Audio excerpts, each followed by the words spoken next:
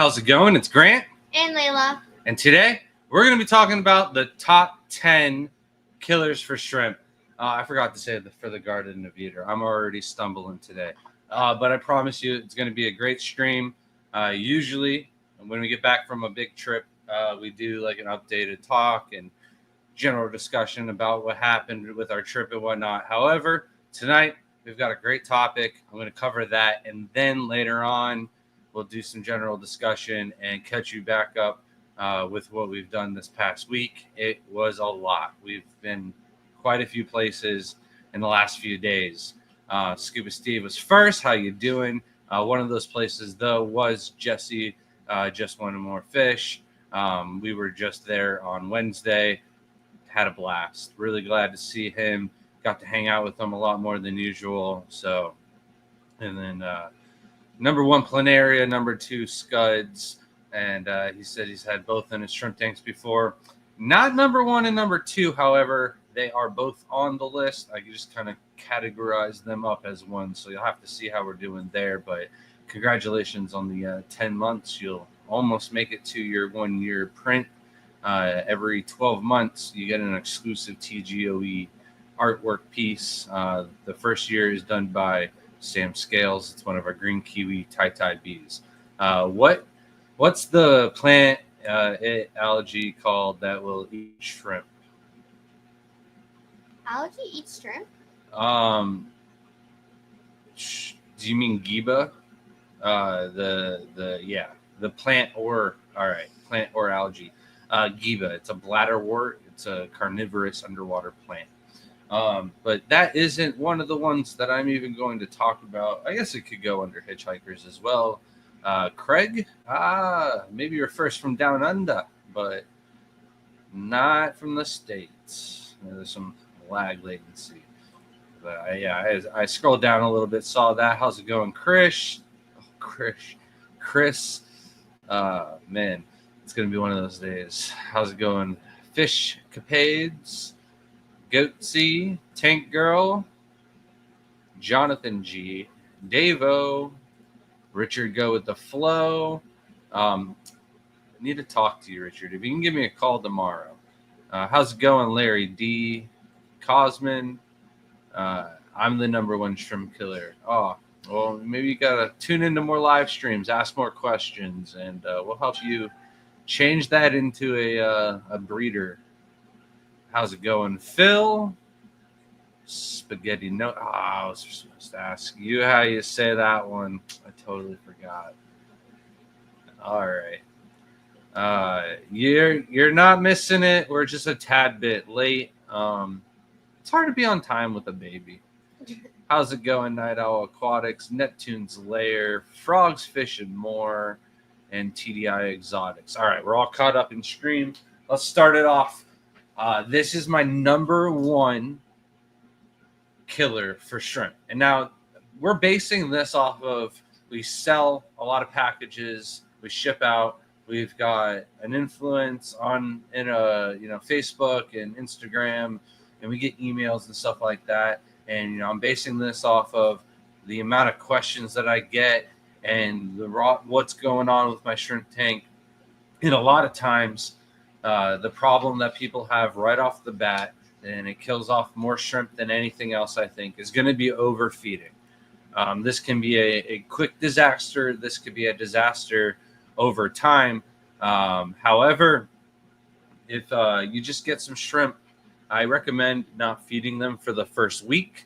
I also recommend not getting shrimp until you've had 30 days to cycle your aquarium. Now, I don't really care too much about the biomass of the bacteria, the beneficial bacteria in the filters too much to work on the bioload of the shrimp. I more so worry about the biomass growth of the biofilm itself. Biofilm being that slimy, little tiny, microscopic, almost invisible layer like slime coat that grows on every surface area underwater. Take this glass of water. If you let this sit out for an hour, then there's light, it's exposed to air, it's going to grow a layer of biofilm. Now, that layer of biofilm is not going to be that dangerous to us or anything like that, Over time, though, biofilms can get deadly, but for shrimp, they're delicious treats. It's a actual main food source for the shrimp. And so for the first week that you get new shrimp, there shouldn't be any food in the tank. There should be plenty of biofilm for them to eat. After that week, start introducing small amounts of food. You want to make sure that they eat all of the food within the first 2 to 3 hours, ideally within an hour. If the food is gone, you're going to want to add a little bit more. But after 3 hours, if there's any more food left over, you're going to want to go through and take like a turkey baster or siphon that food out of there, get it out of the tank, so that way it doesn't pollute and create ammonia in your shrimp tanks. Besides that, though, algae wafers, green beans, stuff like that, it's really easy to overfeed. You think you're putting a little bit in the tank, and then it gets absorbed by the water, expands, and your shrimp have way more food than they know what to do with. And then you've got like a snail explosion problem, and there's just a lot of issues that can go on from overfeeding. So maintain that 1 to 3 hour window of time where your shrimp should be eating all of the food. How's it going, Ron P? And that is a frog hat. I actually got it from Easter from my mom. The eyes. And of course, Frogs Fishing More would see that. She actually drew a mock-up of a frog. I drew sketches of the chameleon I was gonna paint on a canvas, and I drew a sketch of a frog. And that was just while we're on the ride home. So she hasn't had a lot of time. We've got to go tomorrow. We tried to get there today, but ran out of time to Hobby Lobby to get some Canvases. Yeah. We looked at the ones at the dollar store, and I think we can get them in bulk for a little bit cheaper of a price. And that way she has more to work with. Since everyone donated last week, she's got quite a good budget to work with, but she'll get a lot more bang for her buck at Hobby Lobby. So thank you guys, everyone who donated last week. Y'all look like a rap group. What's y'all's rapper name? Little Shrimpin'. Little Scrimpin'. I don't have a rapper name, but Shelby is Saran Wrap because she likes to keep it fresh. You've never heard Mom's joke before? No. Yeah, that's Mom's joke. I hope Layla has memorized the new member skit to say when there is a new member. You know what? This is my fault. I never wrote it down. What down? I don't know. Remember when people are a member? Do you remember what to say? No. All right. Well, we'll practice a little bit more on it tonight. I already see Toot Dog is setting a challenge. How's it going, Crypt Keeper? I hope you're able to stay with us for the whole hour. If not, just say something, and I'll just bring up your story early. But yeah, I called it. Let's just say that. Greetings from Singapore, Benny Tay. How are you doing? Nice to see you. He's just saying hello to everybody. I thought maybe that was a response. I'm not caught up in chat anymore. All right, so we got 5 gifted memberships from Toot Dog. If you got one of I'll work with you, all right? If you got one of these memberships, please email us at gmail.com. You got to get that part next time, all right? And send us your name, your address, and your YouTube name, so that way you get an exclusive TGOE holographic sticker, as well as a 10% off code to our website. TGOEshrimp.com. And if you need that discount code before the stickers get to you, feel free to email us and let us know that. We do have quite a bit of stuff we got to take care of. The trip in Texas being one of them. That's the Chameleon Cup. I gave you the wrong one. Before we order more of the holographic stickers, because our sticker company that makes these doesn't do holographic ones. So we've got to go with the expensive older company, but the members are worth it. can't take a drink at the same time as me. You gotta talk. You gotta entertain. I can. While I'm taking a sip and recovering. All right. You made me thirsty while you were drinking. It happens. It happens.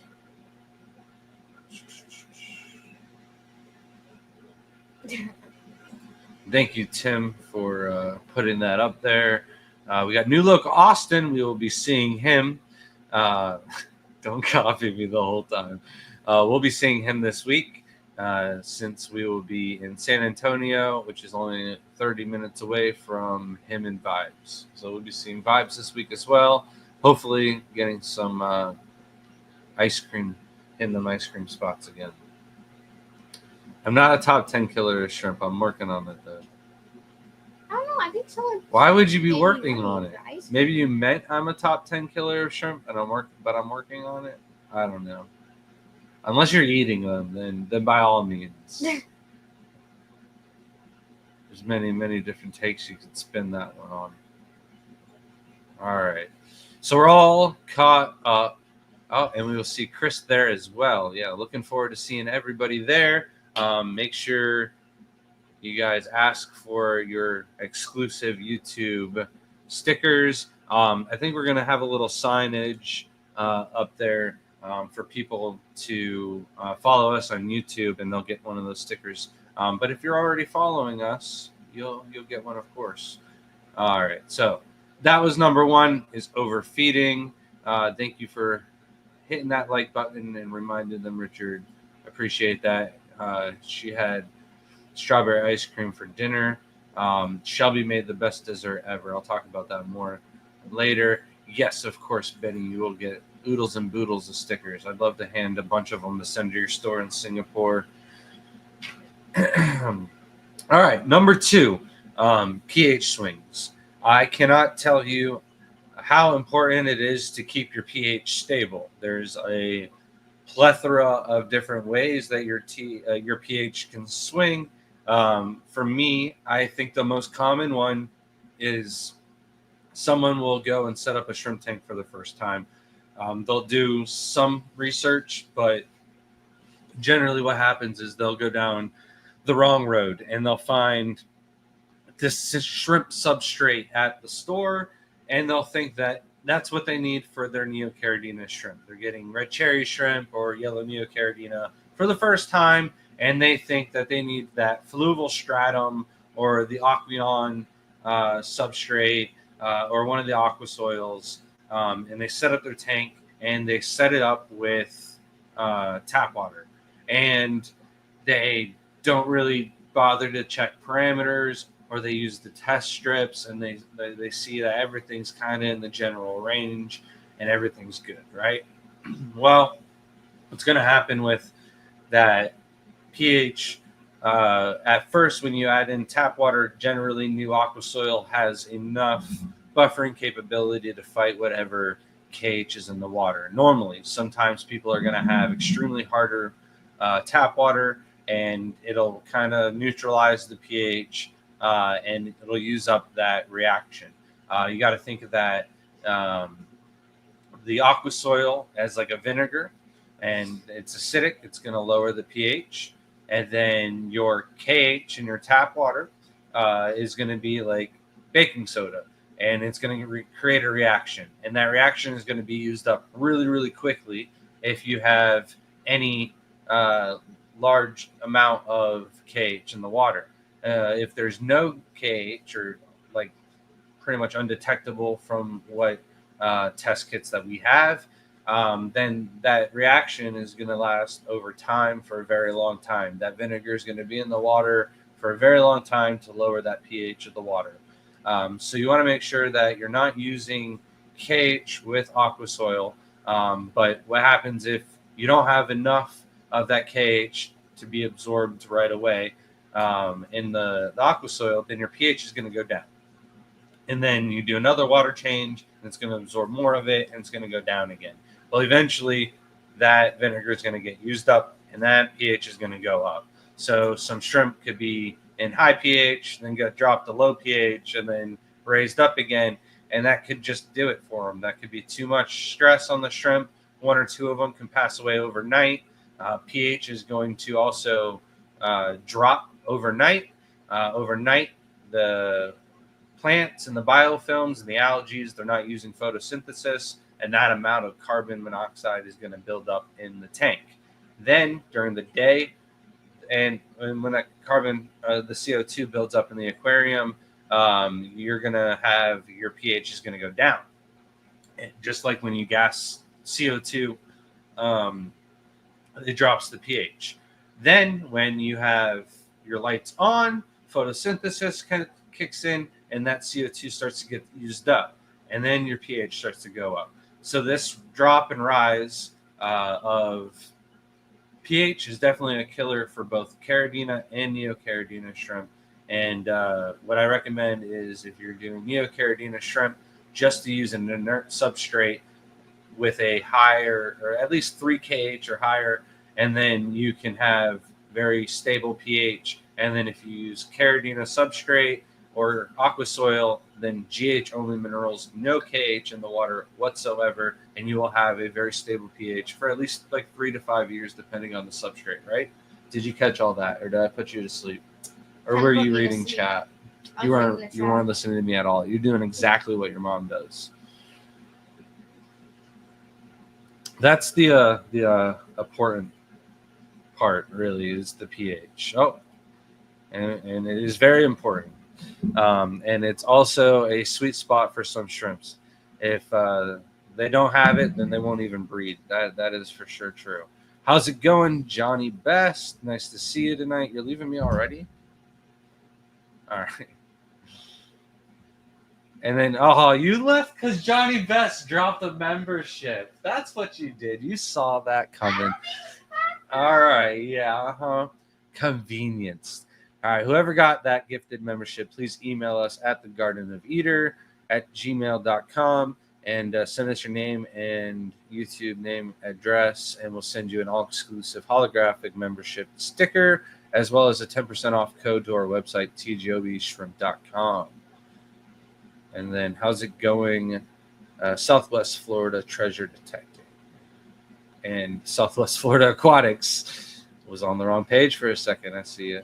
And then Guacamole got the free membership sticker. All right. So number 1 was overfeeding. Number 2 was pH swings. Number 3 is going to be shifting substrates. So kind of a back-to-back on the substrate here. If you really paid attention on the last one, it's really down to pH and the pH is down to the KH and the substrate. I'm fumbling now. Hold on, let me take a breather here. However, no matter what kind of substrate you have or what water you use, you don't really want to shift around and move around your substrate when you have shrimp in the tank. There's ways to prevent and get around this a little bit. However, a lot of people will message me, and let's use this example. I'm trying to have as many examples and some stories. I'll definitely have some stories with some of these later, but somebody made a post on Facebook where they had their tank set up for a while. Nothing's changed. All the parameters were fine. The only thing that they've done recently was they added an Anubias. The Anubias was from tissue culture, and they haven't had any other things introduced or whatever. And the Anubias wasn't the problem. However, I made the point to Shelby, no matter how you add that Anubias into the aquarium, unless you just tossed it in and it's floating like this goose is up here, you've had to have messed with that substrate. And this person was complaining that they were losing one shrimp one by one, maybe a shrimp a day or something like that. And that, to me, is a sure sign of bacteria infection. And there's 2 real easy ways to get a bacteria infection. One is messing with the substrate, and the other one is temperatures. And if you didn't mess with the temperatures, something tells me that person messed with the substrate. And there's really no way to attach an Anubias to a rock or a piece of wood without really, messing with the substrate. Like most people are going to take that piece of rock or wood out of the aquarium, glue, and I don't recommend gluing your epiphytes or moss to anything really. You won't get really good effects out of it. However, we got the whole gang here. I'm surrounded. Got to back it up a little bit to get everybody in film here. There we go. But I guarantee that person, when they attach the Anubias to whatever they attached it to, mess with the substrate. When you take out a rock, when you take out a piece of wood, when you put in any hardscape, chances are you mess with the substrate. And if you're overfeeding and you're a snail hater, and you, the way she looked at me when I said snail hater, and you don't like Malaysian trumpet snails and you don't have a colony, I don't know who wanted like Malaysian trumpet snails. Don't worry. Just shipping them out all week. I'm sorry. But the Malaysian trumpet snails like to sift through those pockets of gases and those buildup of toxic gases. I can't think of the... Benny Tay will say it here in a second, what the gases names are. But those pockets of gas will go up into the aquarium water column, and it'll compromise the immune system of the shrimp and cause a bacterial infection. And what happens is like one shrimp dies, and the nitrogen gas. But I feel like there's something else. It's missing something else. Oh man, she's starting to climb, and I swear she's gonna be walking here in another month. But ready to go. Those gases will compromise the immune system of the shrimp. The shrimp will get a bacterial infection, die off. Another shrimp will eat part of that shrimp, get infected as well, or it'll just take longer for its immune system to die. It's not like a very lethal infection, but it does, work very, very slowly. So if you have an aquarium, you want to set up a shrimp tank, get everything done and set in stone. Don't move anything around. When you're filling up your aquariums, make sure you don't fill them up too fast so the substrate doesn't kick up or anything like that. And very careful when you're catching shrimp to go across the edges. My favorite thing to do is catch the shrimp off the sides of the glass. Like when people place orders, I'm sniping shrimp off the 3 panels that are closest to me. It's kind of hard to get around the sponge filter in the back, but that is definitely ideal so I don't go over the substrate or risk that whatsoever. So those are my top 3 shrimp killers for sure. I didn't know where you were. In chat, right here. So if you want to take back over, we have inconsistent pH from the tap. It swings from 6.8 to 8 in pH for every 1 point up to 10 times more alkaline. So it's very dangerous. Yeah, that's very unstable and risky. Most of our tap water is fairly consistent. Our tap water is, since we've been here, has always been 170 to 180 total dissolved solids. But I believe our water stations never ran out of water and had to outsource from a different area or anything like that.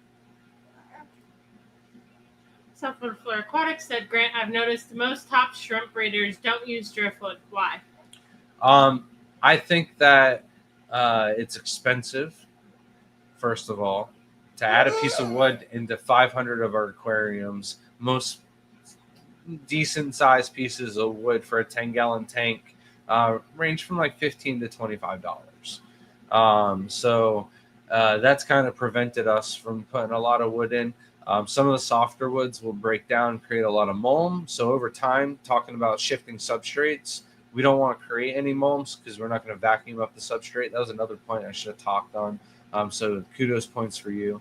But you're going to find it a lot harder to catch shrimp around some of the driftwood as well. So a lot of the top breeders or importers that are reselling won't keep wood in their tanks at all. So that way they can run a big net through the tank and catch them all. Johnny Best, thank you so much for the $2 super chat. Said this stream is gonna make me learn today. Well, hopefully you find out what your problem is and then neutralize it in the future. And I know it says this, which I believe he was trying to say anaerobic. I think that's what it is. I think so. I think you were win. looking for anaerobic. Which that probably just auto-corrected it to that. I think it's the hat. She likes the hat. All right. Are we ready for number 4? All right. Number 4 comes with a story. This is going to be power outages. For us, we live in Florida. The biggest threat for us is going to be hurricanes. Up north, you guys get blizzards and tornadoes and all different things. And ice storms, right? But for us, our power went out during one of the hurricanes for 21 hours. We had 155 aquariums at the time. We had a generator to power all of our Alita air pumps. We have about 7, I think 8 now that run the entire house. Back then, it was a lot less. However, we don't have a generator that is powerful enough to run the AC to our house. We could spend $10,000, get a propane generator, and take care of that. But we're kind of putting money away to get a different house. So in the future, whatever setup we get moving on, that'll be like one of the major investments that we do right off the rip is going to be a propane generator for the warehouse, right? And then the power went out for 21 hours. And when it did, that day was hot. I can't remember to date a hotter day than that because we just simply couldn't go anywhere to cool off. Everywhere was hot. You couldn't even get in your car to cool off in the AC because you didn't know when we were going to get more gas in town, and you didn't want to run out of gas because you needed to be able to go get more gas and whatever to power the generators and stuff like that. So it was really hot. The house ended up getting up to 84 degrees. Generally, we keep the house at 70 to 72.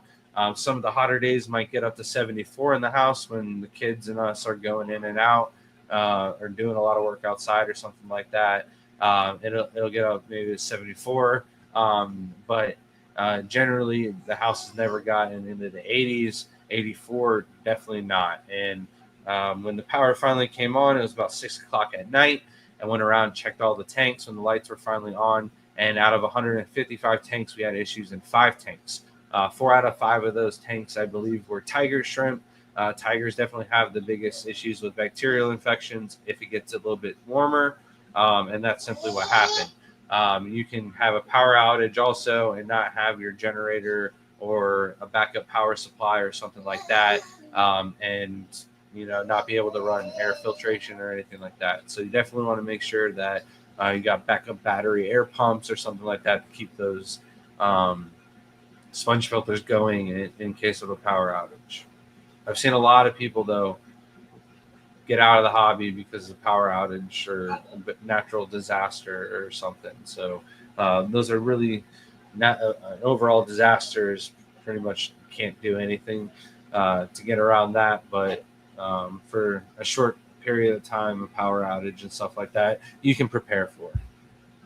Chief Dog said, just get a different house and keep this house as your warehouse. Where we want to live, it would be a lot nicer if we could have our place right next to a warehouse so we didn't have to travel. We'd like to be like 45 minutes and have to go 45 minutes every day to go feed the fish house or the shrimp house once or twice or every other day or do maintenance or something like that. I'd rather be closer to home. Yeah.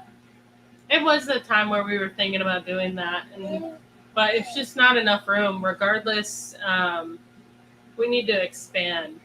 And even if we move ourselves out, there's not much that we can do to expand. Like we've said previous, we want to do turtles. We want to do other things. So we just don't have the room here. And then Benny said power outages are really bad in that his place can't even use the generator and they have to use big batteries and it can get 90 to 100 degrees year round there. That's crazy. And batteries go bad really fast in the heat. So that's why Florida, you usually have to replace your car battery or Texas probably has to do it all the time. It's just that heat does damage to those batteries. Grant is focused when you're here, Shelby. Scuba Steve says, I lost all my blue diamonds from power loss. That's so sad. Well, blue diamonds will be on sale tomorrow for Father's Day. I didn't want to plug in the Father's Day sale this early, but yeah, look out for that this week on our socials. Back to me. And then Jeff said, having a fish room away from your home sucks. Always better to have the critters close. Yeah. Especially when you're working with a larger facility. You want to be able to check it right at night before you go to bed. You don't want to worry about, did I leave the water running? Like, that would be the worst. To get 45 minutes from your location and go, is the RO still going? And Brian said, did I put the lid onto that tank? Hi from Bristol. Oh, hi, Bristol. They got to see each other during this trip. Not for mom. Not. Bye-bye. Bye-bye. So we'll just leave it there to mark that. Moving on to number 5. This is going to be hitchhikers. So when we talked about the Giba, we talked about scuds and planaria. You can also add hydra, planaria. I mean, what's enemy number 1, Layla? What's enemy number 1? Enemy number 1. Think about outside, something with wings. Dragonfly. Enemy number 1, dragonfly nymphs, right? We don't do anything, by the way, to get rid of the dragonflies, but we do make sure that everything's covered up because a dragonfly nymph can devour a bunch of shrimp. Everything that I just named there can devour baby shrimp to bigger shrimp as well. So you want to make sure that you quarantine any new plants that you get. If you're buying, driftwood or something like that that's come out of another aquarium, leeches are another thing on that list that could possibly eat a shrimp as well. So anything like that, you buy wood, definitely quarantine it. Set up a 10-gallon aquarium with no substrate, nothing in it, just treated tap water, and see if there's any creepy crawlies that come out, especially at nighttime.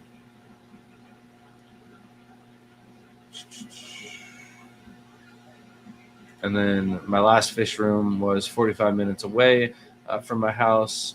World of a difference once you moved it. Yeah, his barn was gnarly also. The dragonflies. There's also damselflies, I think. I wanted to say Dempsey flies, but that's definitely wrong. It's damselflies. So my story on the dragonflies.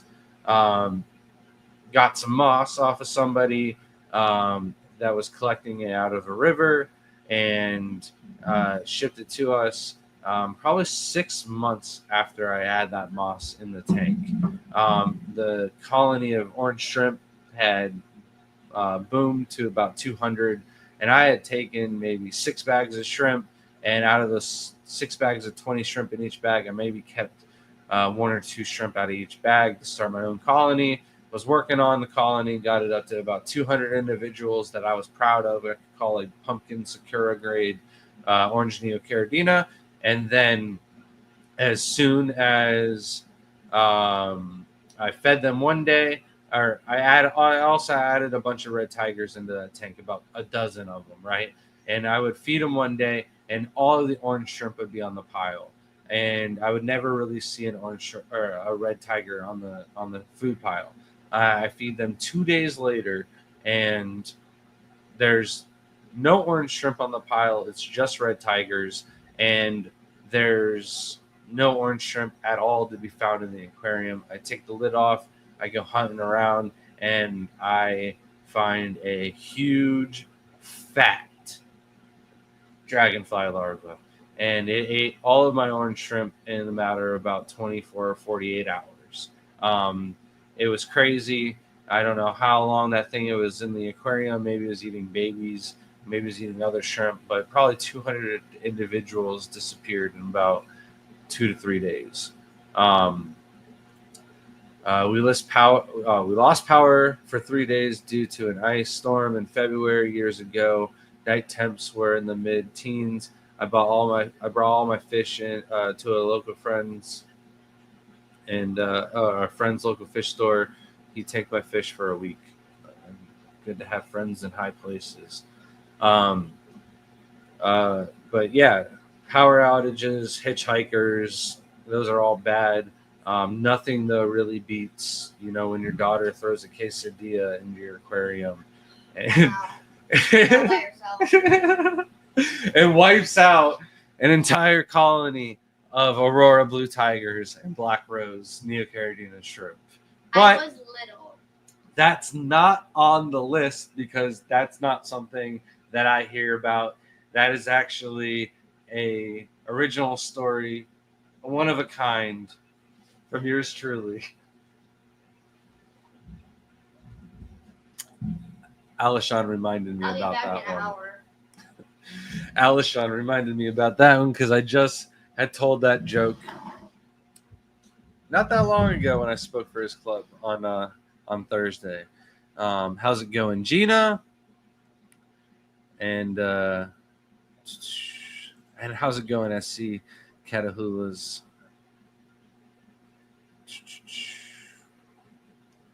Catching up here. Oh my God. They're not here to do the bubbles. Layla, you don't want to do the bubbles? I'll save it. She'll come back.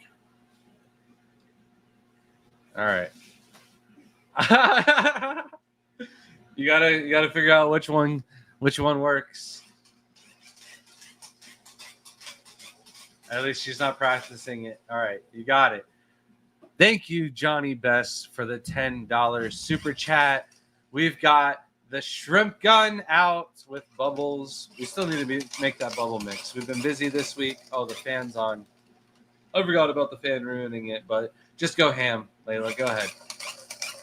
Go ahead. Oh, just make sure it's not going on the laptop. That's all. Really, really appreciate your support. That one popped in my mouth. The soap is gross. That is gross. Layla, hope you grow up to be your dad's future shrimp keeper.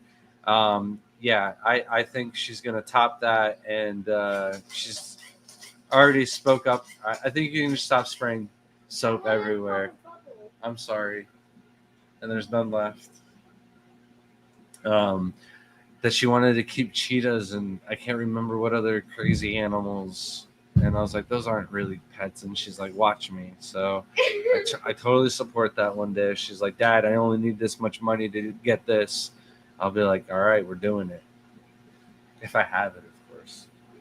It's the dream, right? Be able to support your crazy dreams. All right. So we got hitchhikers, we got quesadillas, we got another one on the list is old tank syndrome. This is a common one. I hear it almost at every single one of my talks is where somebody's like, hey, I had my shrimp tank going for years. I had thousands and thousands of shrimp in it. I was selling them to the club. What? Oh, so you want to do mixed moss, $5 each, do 10 cups. And I've been selling out of the shrimp tank, and the tank was going for a year, and then all of a sudden I had a tank crash and I lost all my shrimp. What happened? And I was like, well, did you know your parameters? Parameters are all perfect. Everything was great. And I was like, well, how often did you do your water changes? And every time they freeze and they stutter, and they're like, well, I haven't done water changes. Maybe a live stream that we do is like shrimp myths and stuff like that. People will do some quick research and they'll see that, shrimp water changes are not good, or AI will tell them or something that water changes for shrimp tanks aren't good. I think Shelby looked it up the other day, and AI says that water changes are good for shrimp tanks. But back in the day, short, quick Google search would tell you need a heater for your neocaridinas, and you've got to feed algae wafers every day, and not very good information was out there, right?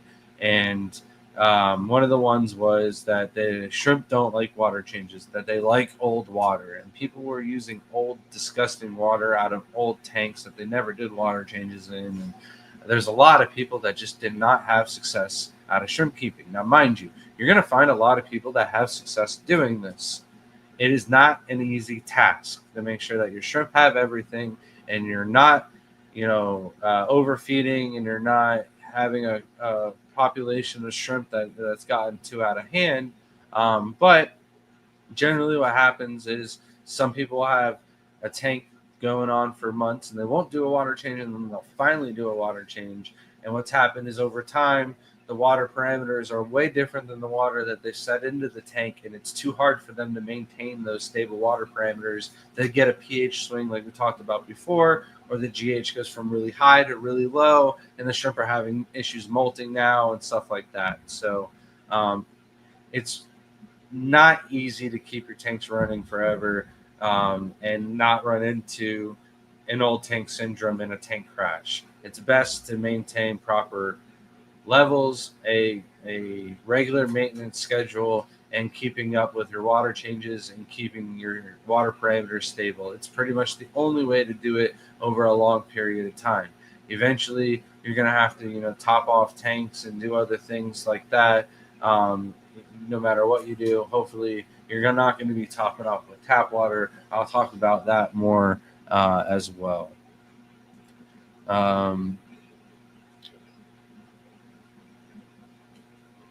So they're referring to the quesadilla, and someone's niece threw a hot dog in their aquarium. We also had a Hot Wheels Hot Wheels car that was stuck behind a sponge filter, and I don't know if it was like the rusty metal or the paint that had deteriorated from the acidic water, but all the shrimp in that tank died off as well. But I don't know if it was Layla or Jaden, or that could have been your Leroy. It could have been a plethora of different people that were in the house playing with. It could have been. Leroy has his own Hot Wheel toys though that he brings over too, so it could have been Leroy in the beginning of the time. But old tank syndrome is definitely something that can be prevented with just regular water changes. Are you ready for the next one? All right, Christmas moss, $10, do 10 portions. All right, so moving on to the next one, we've got chemicals in the air. There's a couple different ways that this can happen.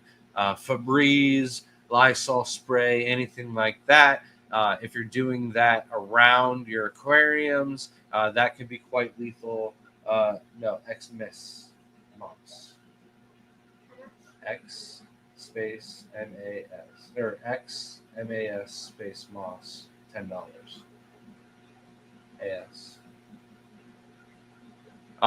So Lysol sprays and stuff like that. I got a story about that one I'll tell you. And then yeah, that's fine. Then I'll save ink.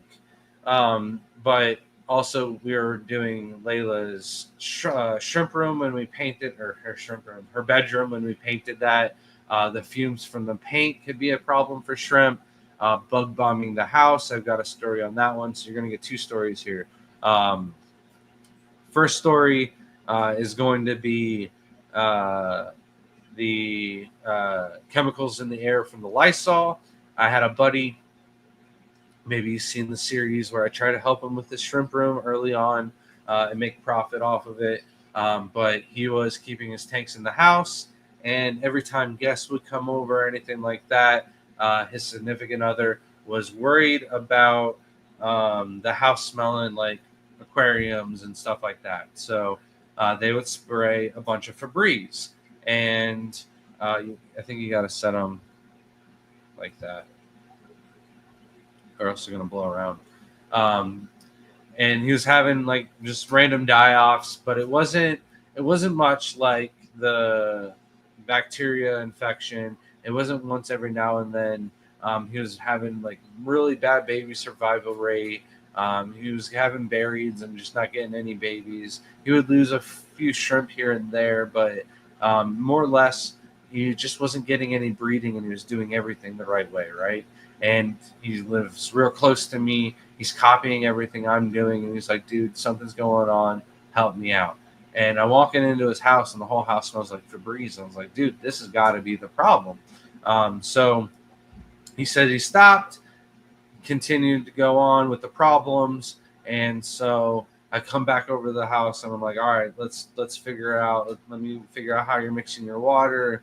Let's watch the entire process. But I get to the house, and immediately I'm like, smells like Febreze still. What's going on, dude? And he's like, oh, dude, we're not spraying it in the air, and goes over to the vent and sprays it into the floor vent. And I'm like, dude, it's going into the air. It's coming out of the top vents. It's cycling through your entire system.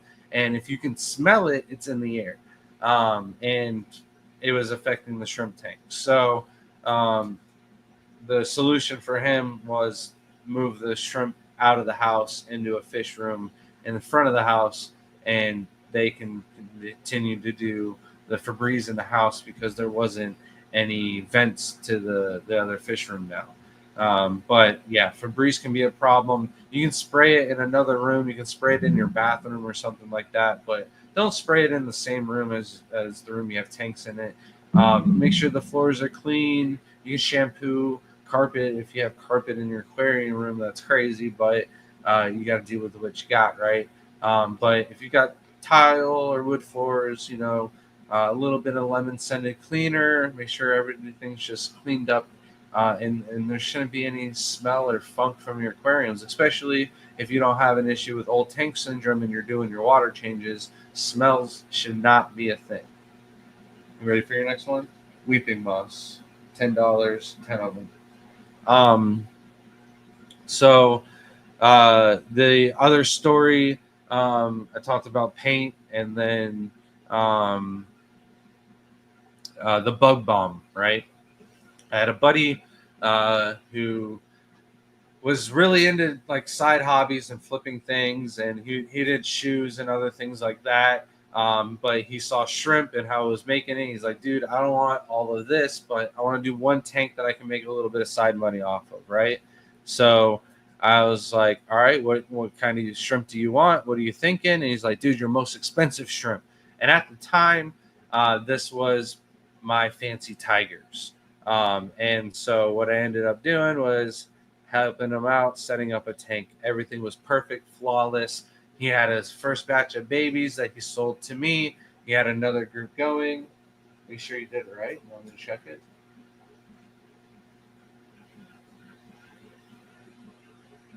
Yep. And one day his mom's like, all right, we're going to Disney World. And she would freak out anytime she sees a palmetto bug. Now in Florida, that's what we call our cockroaches. So that way it wouldn't scare away people from moving here and tourists and stuff like that. But our palmetto bugs are just massive cockroaches. They really are just bigger cockroaches than what, most people like the German cockroaches or the dubias and stuff like that you feed your reptiles and stuff, right? The palmetto bugs, though, they're really resilient, and it's not uncommon to find one in the cleanest house. No matter what you do, even in large facilities that are completely spotless, a palmetto bug will get in and you'll just find one.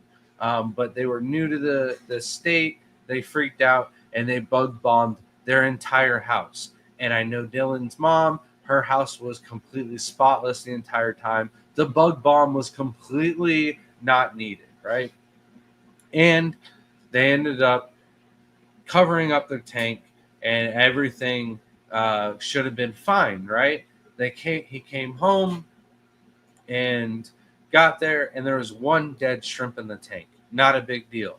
Well, he grabs his net. The net wasn't covered up. The tank, the air pump, everything like that was all inside a trash bag contained little system. And the net, though, was on the desk next to the system. He used that net, which had the bug bomb spray on it, in the tank and lost the entire colony. Now, if only he had Aquachar or some activated carbon, he could have dosed it in the tank, because he said immediately the shrimp were acting lethargic. And this was before my whole disaster with the flea meds. Flea meds weren't airborne. That was an issue with them on the hair themselves. But I didn't know to add activated carbon, and he lost his shrimp really quickly. I just told him to do massive water changes, and with how much he could do, he wasn't able to get all of the water out of there in time, and he lost all of the colony and got out of the hobby. That was his one and done. So you want to make sure that you don't have any chemicals in the air. Shrimp are bugs, of course. Pesticides, other bug killers and stuff like that are going to kill off your tank as well. Now we have a lot of stuff to catch up on. Oh, no, not a lot. I lied. Is incense safe around shrimp tanks? I think Shelby is going to answer that. Yeah, it's best to not use incense, or yes, she is, or any burning candles. Some of the incense are like organic and made with different chemicals that might be all right, but I wouldn't use anything that's like fruity smelling or spice smelling or anything like that around my shrimp tanks. I have a fish room outside. I go away from the room to spray mosquito sprays. Yeah, not only that, but when I use deodorant or cologne or anything like that, go into the bathroom, make sure the door is shut. I'll even go as far to go into the bathroom and shut the curtains sometimes, just because I'm paranoid and don't want the shrimp to get any of that spray into the tank. I've never ate freshwater prawn. Is it better than Gulf shrimps? I've never eaten freshwater prawns either. If you're new to the channel, we don't eat our shrimp. We keep them in aquariums. Later, Phil. I will see you next week. All right, let's get on to the next one. TDS spike. This is pretty much just an issue if you don't have a lid on your aquarium. If you do have a lid on your tank, this one isn't generally for you unless you mess up your water changes. But if you're topping off your tanks with RO water, then you're also good. But if you're topping off your tank and you're not doing water changes and you're just adding minerals on top of minerals on top of minerals, what happens is the water will evaporate, but all of the pheromones, the hormones, the ammonia, all of the calcium, we're out. Oh, it's just, I got you. Oh, this one's a doozy. Probably need the scissors to cut that and make it nice again. Oh, wait, you can just pull it through. There's already scissors built into it, Layla. Why didn't you just tell me that? It's not working. There you go. We just had a technical difficulty on the label printer. What's that? Will that work? No, it's. I mean, yeah. No, it won't. But minerals won't dissolve. So what ends up happening is your TDS goes up, and eventually there's going to be too much content in your water, and your shrimp are going to have issues molting, and also can cause ammonia spikes and stuff like that. So you definitely want to make sure that you're topping off with RO water only, or you use a lid on your aquarium and you don't have to worry about topping off at all. And TDS spikes won't be a thing. Again, as long as you're doing your water changes the right way.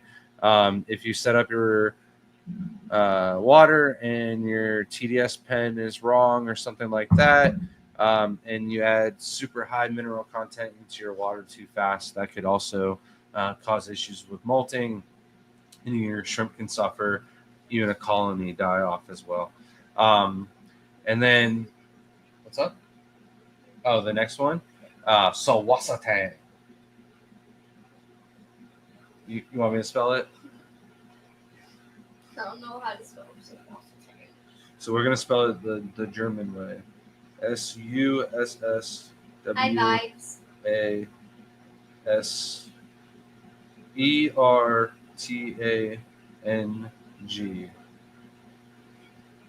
I don't even know if I spelled that right. Saswasotang.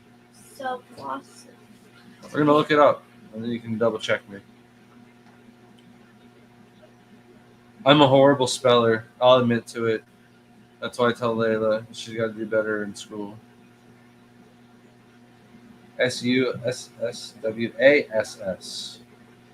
Oh, I missed an S, Layla. All right, everything else is right though. I'm not that mad. It's just an S, right? All right, $10. Make 10 of them. All right. I wonder if anybody caught that though. If you didn't already type it, you didn't catch it. No bonus points for you. Yeah. All right, catch up in chat real quick.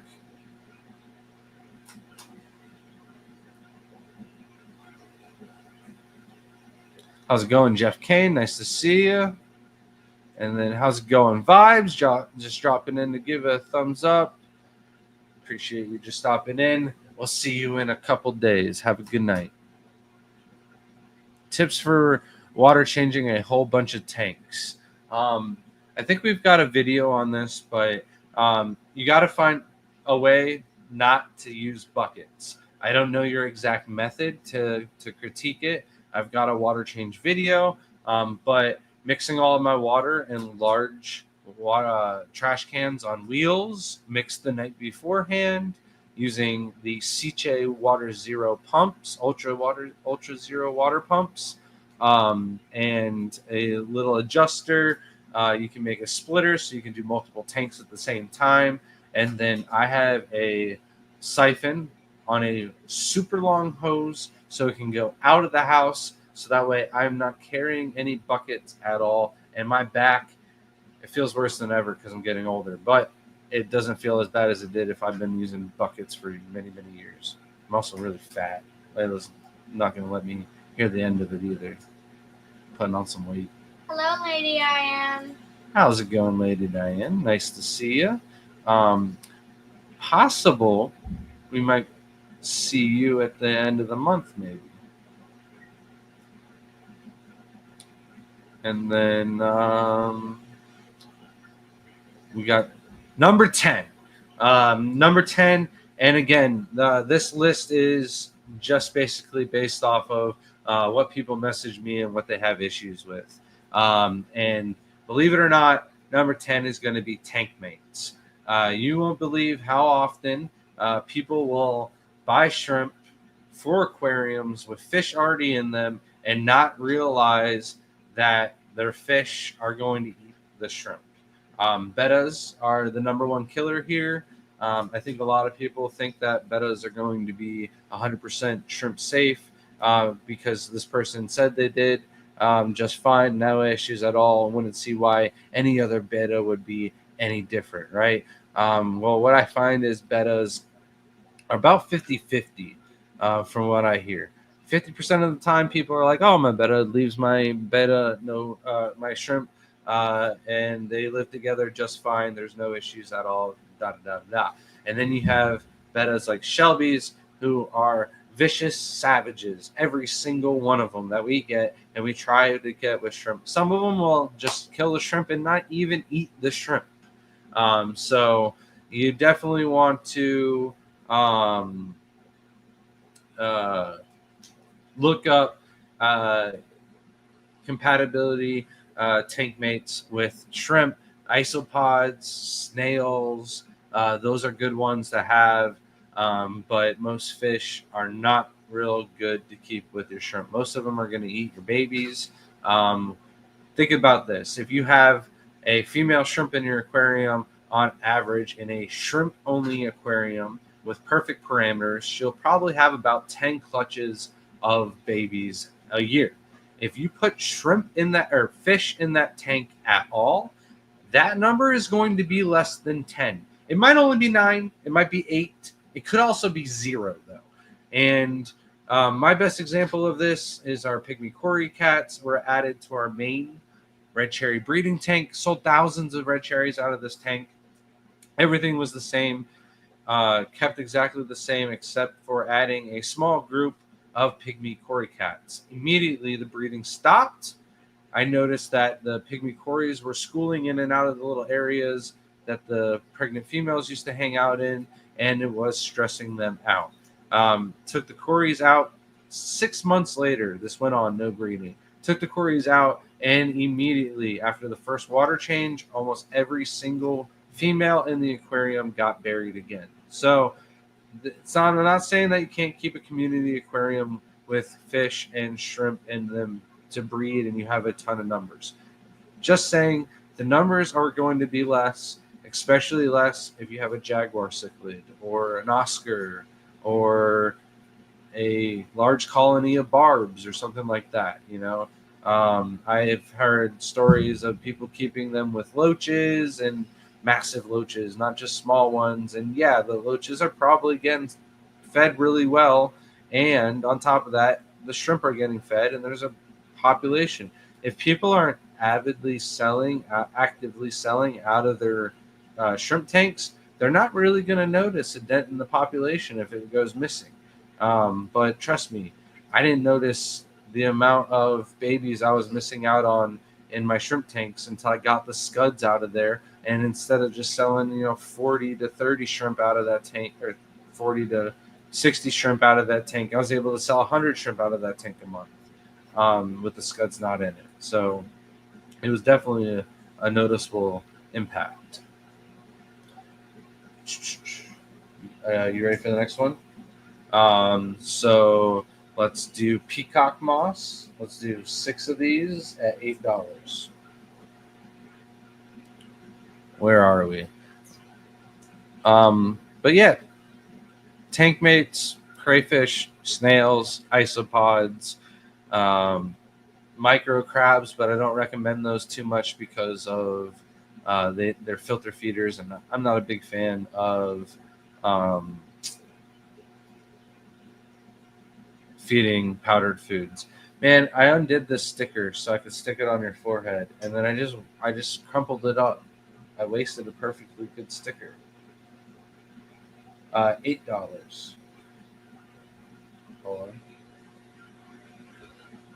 Yeah, $8. All right. 10 of them? 6 of them. How's it going, Tinder Acres? You asked a question earlier, but now I'm saying hi. Grant, I'm going to get a 20 or a 35-gallon trash can for shrimp water changes. Best way to prep can for water storage. Just on wheels. You can put a lid on the trash can if you want. If you've got like a really dusty house or something. I don't like putting lids on them, even though we have dogs with a pretty hairy house because of it. I don't find that much dog hair gets up into the trash cans, and like any dust buildup or anything like that. As long as you're doing your water changes, it's not really like noticeable. And I'm sure the shrimp probably eat any dust that gets in there or it gets absorbed by the plants one way or another when it goes into the tanks, if there is any. But when you do keep a lid onto the trash cans, every time you take the lid off, the water just smells mildewy. Like, I don't know. I prefer to keep the lid off and not have to have any smell. And the water, it's fine. I use the water so fast. But I also have a standing 250-gallon storage water tank that I store my RO water in. So that pumps it. I use a water CJ Ultra Zero water pump out of there into my trash cans, and I mix the salt in it while that's filling up, and then I let it run overnight with the pump. Grant, I feel like I didn't have the Pacu and the Grammies in the big pond. If I didn't have the Pacus and the Grammy in the big pond, I could get away with Neos with the red tails. You know, if you let one of the plants overgrow into the water, I guarantee you can keep a colony of shrimp alive in the plants. Cichlids and shrimp. There's shrimp out in the pool with the koi fish. So a lot of people don't realize that koi and Gulf carp in general will eat whatever they can get their mouths around, right? Yes. Spiky, also $8, also 6 of them. You normally put moss. Do you want me to put moss or spiky? I think you just do spiky. We don't have a lot of ink, and you never know if Amazon's going to deliver on time.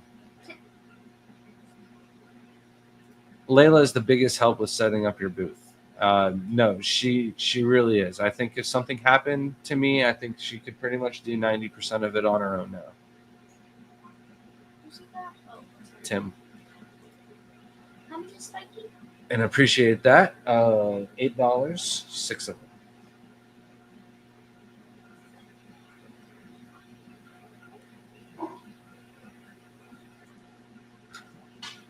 Oh yeah, the Pacu would eat the plants. I would imagine if you got some bigger monstera or something, that it might be like a thick enough stem. Maybe, I don't know. There's got to be a way. I would just grow plants around the pond until like they're just creeping in from every side, except for like the 2 sides that you use. I'd probably even use the filter side to grow plants and just constantly have pothos or whatever falling into the water. I wish I could have brought up a clipping from the plant. I wanted to trade you a clipping. Whatever we have growing out of our pond filter. I don't know if it's invasive, but it grows really fast, and I've seen it grown in houses now, and it grows up the trees and stuff. It gets pretty big. You probably do well in your fish room. And then Johnny with another gifted membership. Are you ready? Can you do it on your own? No? All right. So whoever got that gifted membership, please email us at thegardenofeater@gmail.com and send us your address, name, YouTube name, and we'll send you an all-exclusive holographic TGOE shrimp sticker and a 10% off code to our website at tgoe.com. tgoeshrimp.com. We'll get you there. All right. So, and she'll be helping us out throughout the entire show this week, as well as Jaden. Last trip, Jaden said he wanted to go and work a little bit more. So we'll see how much work actually happens. He'll probably find one friend and find an excuse to go play the entire show. What? 5-year-old kid. Stop. Yeah. Them dang Pacu, they chewed through my airlines, heater cords. I'm working on my plant aeration for around the pond, and the filter is all planted up. Yeah. And then we've got Jeff Kane with 36 months. Man, we need to figure out how to get you guys some artwork here soon. Send Sam another message. Maybe 3. Oh, should we do 3 years? Get a woody enamel pin. I think we got to figure out how to do that. I think that's what we do for 3 years, and 2 years gets the orange eye. Are you grabbing a woody? Are you? You left the mascot out. So Jeff, I don't know if you were with us last week, But Layla decided to show off a little bit artwork. This is Woody. So maybe we get Woody made into an enamel pin with the Garden of Eden for 3 years memberships. I got a little one on our trip just recently. It was real nice. Little London. Oh, Mom just realized we don't have the light on. The light up top. I don't know where that is either. What would I do without you, Layla?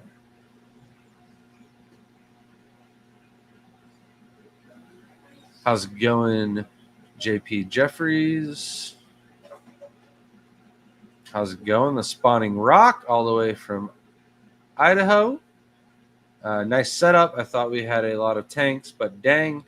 Yeah, we got 500 aquariums. I suggest checking out some of the past videos. Fritz has a video. Joey DIY has a video. I'm not sure. Does anybody know if Dan's Fish posted the video of our house? I think there was something about, he said he was saving it till November. I really enjoy Mike Howe, the fish tank barn, his tour of our house as well. But Joey's is the only one that has all 500 aquariums. But I think Jimmy's video on Fritz is worth watching as well. Let there be lights. You let me down, Layla. All right, there we go. But welcome to the channel. If you have any questions at all regarding shrimp, maybe even plants or aquascapes, feel free to ask. Not fish, though. I'm not a fish guy. I'll refer you to somebody else in chat, probably.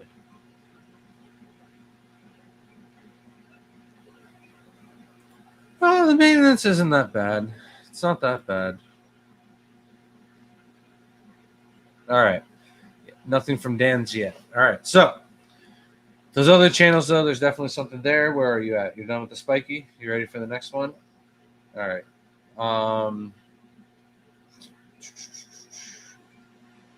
Mini Pilio. Pello. No space. I don't know if there's an IE on it or not. No space. There's a space. PE. PE. I love PE. PELLI.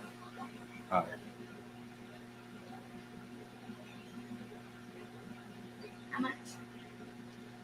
Hold on, let me make sure. No, there's an A at the end too.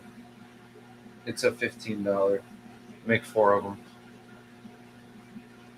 All right, sorry about that. We are packing tomorrow for our trip, the Lone Star show in San Antonio, Texas. I believe it's Thursday setup, Friday and Saturday is the vendor room open, and then Sunday is the auction.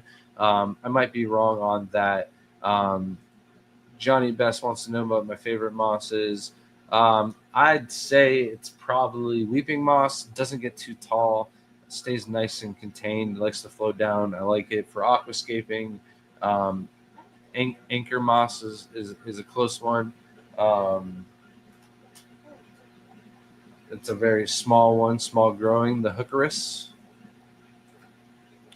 I'm not in a rush or anything. Realistically, you don't need to offer anything more than you already do, anything at all, for that matter. You're good people, so it'll support you if you can afford it. Absolutely appreciate that, Jeff Kane. But we like to give something out a little bit nice. You guys support us, especially for 3 years now. It's just a little something incentive to give you guys something, a little extra something back. Grant, my crystal blacks have thrown 2 pure whites, and oh my god, do they look nice. Yeah, so generally speaking, crystal blacks will throw some snow whites every now and then from most lines. The pure black lines, however, will not. All right, you're done with the 4 mini Pilia? It's out? Yeah. Oh, all right, then we're done for the night. Mommy's got more labels on the way. And we got all the important ones. I was going to do maybe 2 of the hookers and 2 of the Rickia moss, and we were done. So we almost got all of them done. If you want to do the cups first thing tomorrow, and we'll start gathering moss for it. All right. So we want to talk to them about the trip. The trip, we just went and spoke for the Bucks County Aquarium Society. And I got to say, out of all of my trips and clubs that I've spoken to, this one's definitely in the top 3. I'm not going to say the other ones. I don't want anybody to get offended. But the amount of people that showed up, amount of friends that I had show up, I'll talk about that more. But it was an incredible time. They've spoiled us from the beginning. Their club president is Callie, and she is an incredible person in the hobby. And at Aquashella, she works the API booth. She's not just the president of the Bucks County Aquarium Society. She works in the industry as well. Well, while we're deep into aquascaping and running the booth and whatnot at the show, Callie takes time out of her time, probably her break, to come and ask us if we needed anything. And for Saturday and Sunday, she took care of lunch for us.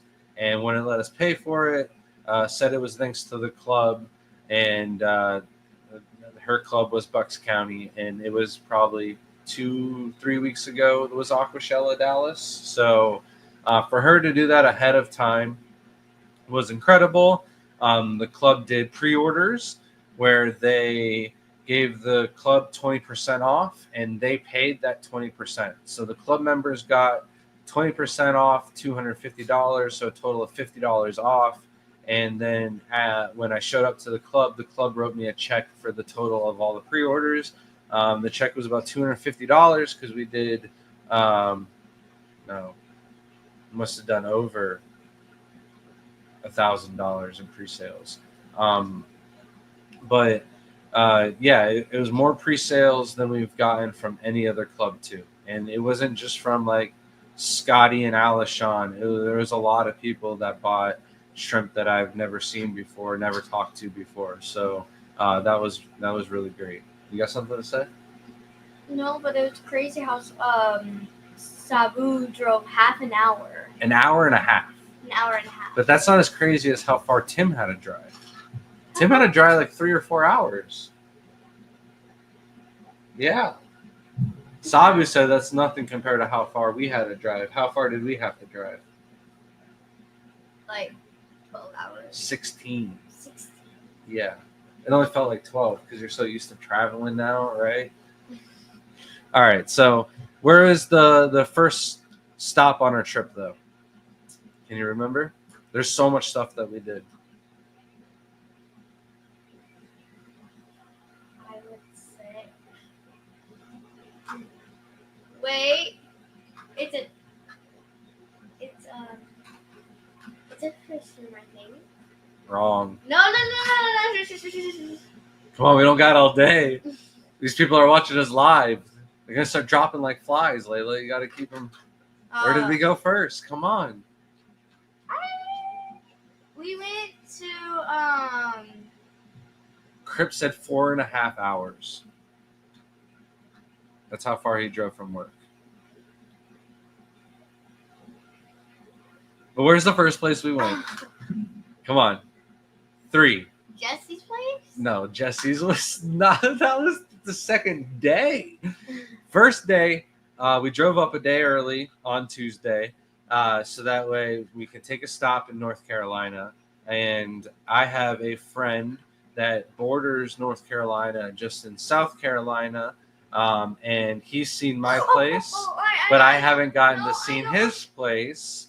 And we didn't have a lot of time because we had to make it to dinner, but we stopped at We stopped at Pinky's.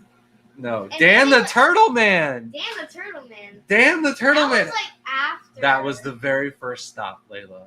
That was the first thing we did. And let me tell you, it was a treat. I thoroughly enjoy seeing people's operations, and I say people's because we've got Dan the Turtle Man, we've got Jesse now, we've got Lucas Bretz, who's like 2-3 years now living down here in Florida. But I got to see it from like the beginning pretty much, and it's always cool to see that. And he only lives 30 minutes away, depending on traffic, anyways, from the Bloomfields, which was our true destination. But I was like, dude, I'm driving through. If you're busy, I understand. No worries. We'll have plenty of trips. But he's like, no, come on down. And I was like, the kids would love to feed the turtles and check it and check everything out and see everything because he just got into a new property. He's got a couple of buildings to work with, and it's an incredible little operation. Shelby did film it. I kind of just chit chat with Dan and caught back up. Dan's like one of the people that I see at Repticon. I end up spending like 30 minutes to an hour or two just talking to him, chatting about how the turtles are and everything like that. But yeah, it's really great to see his setup and see everything in the beginning before it's all dialed in, before he's got his pond and everything like that going. So you see all the turtles up close and personal too, and they're in the tubs and not in the ponds and whatnot. So that was really fun. We were probably only there for about 45 minutes though. He doesn't got a lot. He just has a bunch of diamondback terrapins. He's got a tortoise. He's got a couple of other turtles besides the diamondbacks. Yeah. Did he have any other animals? I feel like I'm missing something. But he's got other things at his old house and stuff like that too that he didn't get to move over. So after that though, we did go to Pinky's and we had lunch/dinner because ice cream time. well, that was afterwards. But we went to Pinky's West Side Grill with Bristol and SC Catahoula, and then the Bloomfields as well. So we were crashing at the Bloomfields overnight, and the restaurant was close to them as well as SC Catahoula's. So Layla got to hang out with her friend, and we had a great dinner. The dinner was closely followed up, though, by ice cream. We went to Handel's, I believe. Yes. And I had 4 different flavors. Can't remember all of the flavors. I give Handel's like an 8.1 on the scale overall of ice cream places. It's definitely above Hershey's. It's definitely above Brewster's. But it's no like homemade, like authentic mom and pa ice cream like what we have here.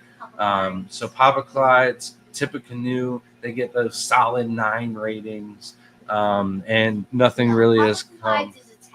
You can't do 10 because what if we go somewhere and it's better than Papa Clyde's? You know what that donut place with the ice cream?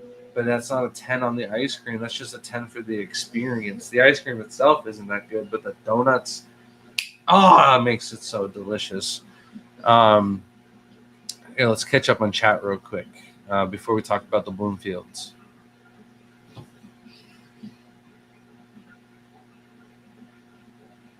Yeah, see, Tim had to go 4.5 hours. Bucks County is in Pennsylvania. The east side, very close to the aquarium that Scotty works at in New Jersey.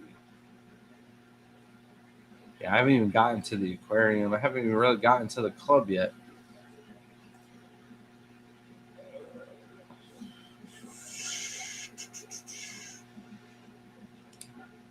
Did I miss Shrimpzilla? Are you talking about the top 10 shrimp killers? That's a funny one. And then the stories of our trips. All right, so back to the trip. So after dessert, ice cream, of course. We went over to the Bloomfields where we crashed, but more importantly, the first time that we had stayed there on our trip to the NEC, their shrimp room was done, but nothing was in the aquariums. It was just cycling. So we didn't see any shrimp or anything like that. However, this time, and big shout out to the Bloomfields, they run Shrimp Envy. They've got the best shrimp food on the market. It is the number one food that we've used for our tanks for many, many years now, and the shrimp absolutely love it. But they make it homemade.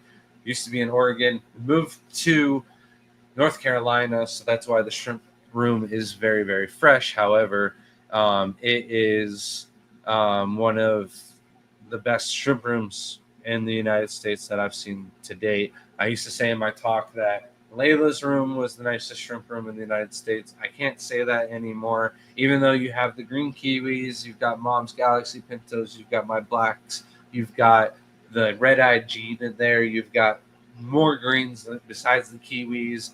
There's a lot of nice shrimp in that room. However, the Bloomfields room is nicer.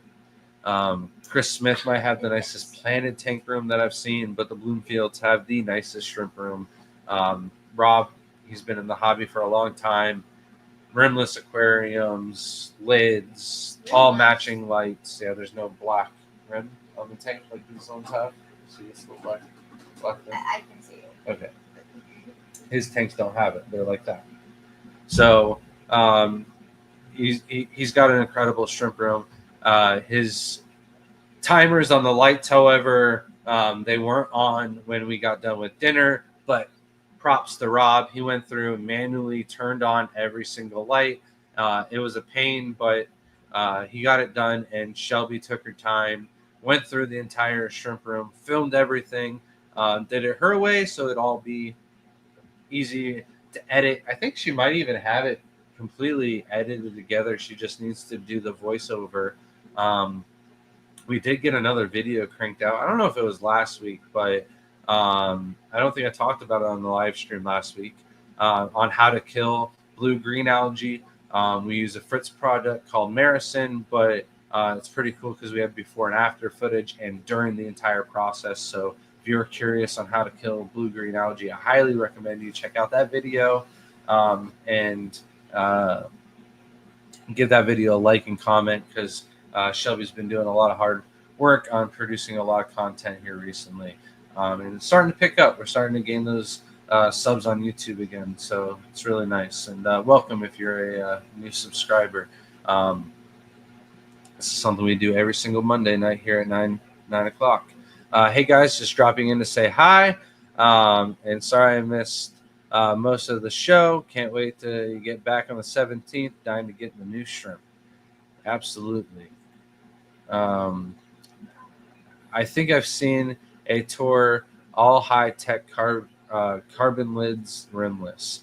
I don't think they're the double polycarbonated panels. They are he has like the Lexan plexiglass or something like that. And I wouldn't say high-tech because there's no CO2 or anything like that, but it is a really nice shrimp room. He's got a lot of really nice shrimp in it already. Some purple metallics, some galaxies, some really nice pure lines of Taiwan bees, which is always great to see other people with pure lines of Taiwan bees. So I was excited about that and talking with Rob the whole time while Shelby was filming it all to put it all together. We got another video of Greg Sage's room put together. That'll be coming out as well. But she's got so much content that she's putting together. It's really incredible.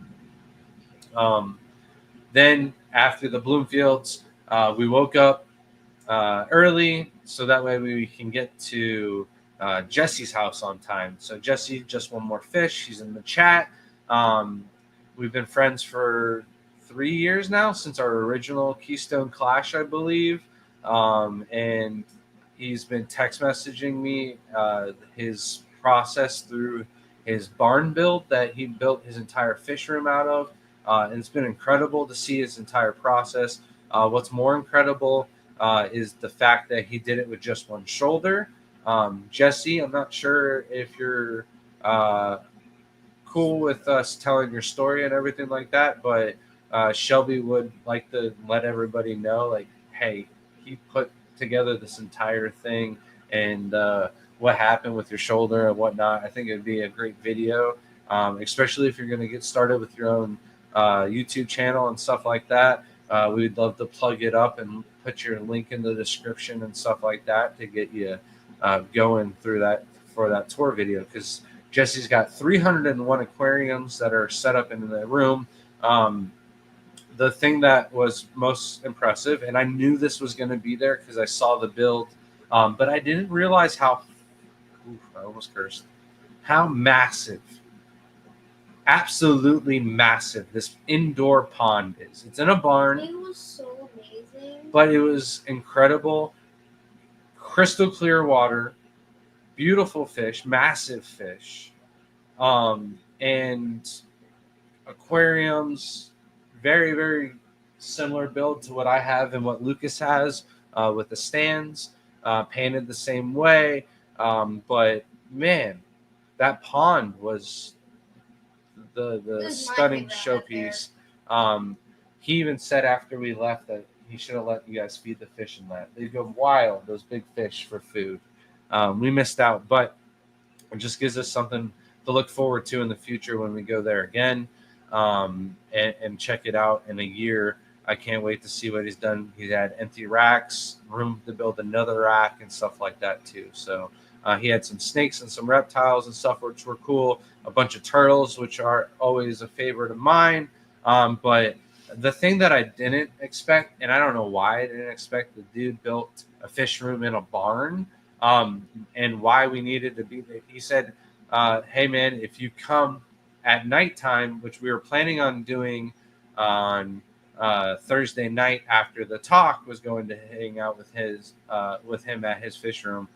He's like, dude, you'll miss a lot of it if you come at nighttime. And I was like, oh, maybe some of the barn is just lit up during the day only.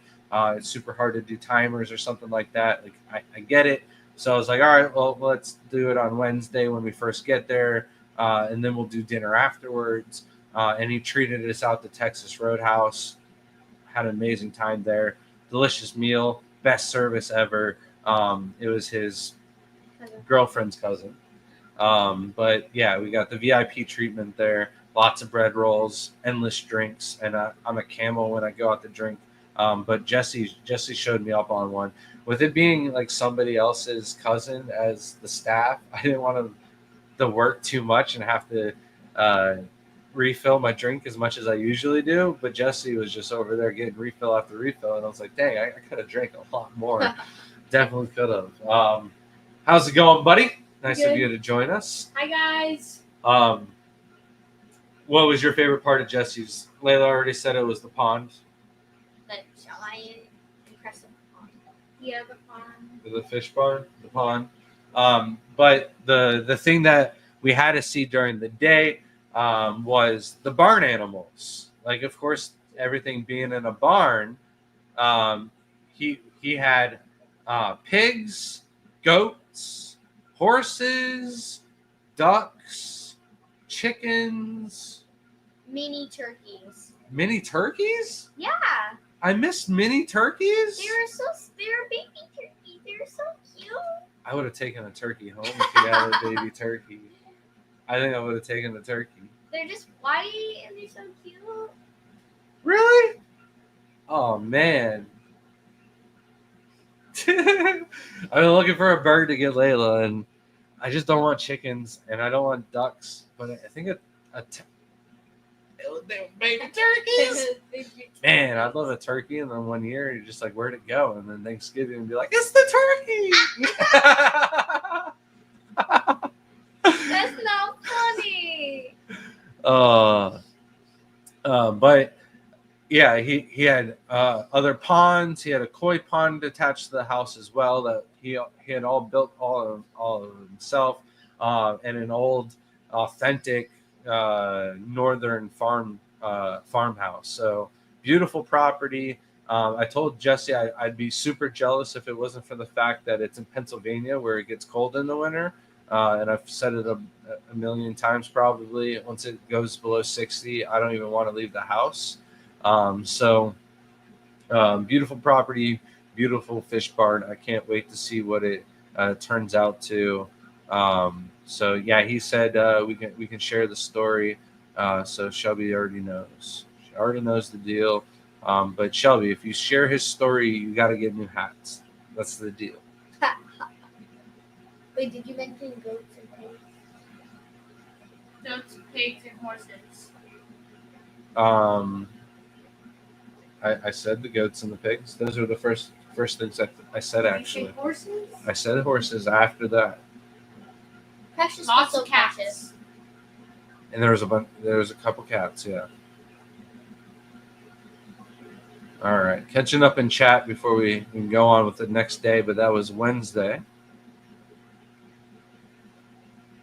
Yeah, and they were singing "Happy Birthday" to a table behind us, and at the very end of it, Myra busted out crying. Myra also wasn't a fan at Pinky's. They had it was a rainforest cafe style environment. Where like every 15 minutes or so the lights would change and the sounds would turn into a rainstorm. The one that Myra did not like was the volcano eruption. She was not a fan of how dark it got, and then the flashing red. She was like, "I've seen way too much NCIS. This is not good. Like, Red alert! you Red couldn't even alert! Get sleep. me out of here!" Or it got dark and she thought that we were trying to put her to sleep. But yeah. Yeah, goats are lawnmowers. He had a big old property for him. That's for sure. Baby turkeys are dumb. They're dumb indeed, but just that's my kind of dumb. So yeah, that's the deal. Frenchies? No, go back up there. What? You said Liver, would you like some French? What are those? Finches. Frenchies, where are those? Little tiny birds. And we're not ready for finches here. And I don't are they good outside? Maybe in a little aviary outside, but I don't think they're good outside. Lindsay had some. Outside? I don't know. Chickens, not. Yeah, I would like some. Yeah, I've thought about getting some silkies too. I've got a friend that breeds birds, and I thought a couple silkies running around out back would be great, especially because me and Layla do the plants outside, and we've got a little bit of a slug problem every now and then. I did go out there with a bunch of salt, and I don't know if I have any. I should check on the leaves. I forgot I went out there with a bunch of the rock salt because I've been doing the brine shrimp, and I took some extra salt and threw it out there. Oh, they're so fluffy. Yeah, they're just little tiny fluffy chickens. I will smuggle one from me. On the back porch. I would want one of those. Richard's little birds on the back porch. He's already got them outside. I don't know. Would they get too cold for us though? I know most birds can take the cold pretty well.